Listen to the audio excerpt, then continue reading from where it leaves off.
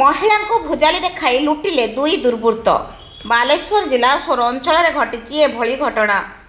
सोर थाना हेसगुड़ा रास्तारू आज संध्यारे जड़े महिला को भुजाली देखाई भयभीत कर मंगलसूत्र समेत नगद टंका लुटि नहीं महिला सोर थाना अभियोग कर जमापड़ी। अभियोग अनुसार औपदा थाना हरिचंदनपुर ग्रामर प्रभासिनी राउत संध्यारे ऑटो चके बरपदारू आसी मेसीन छक निकट ओह्लाई बापघर हेसगुड़ा ग्राम को चली चली जाउथिले।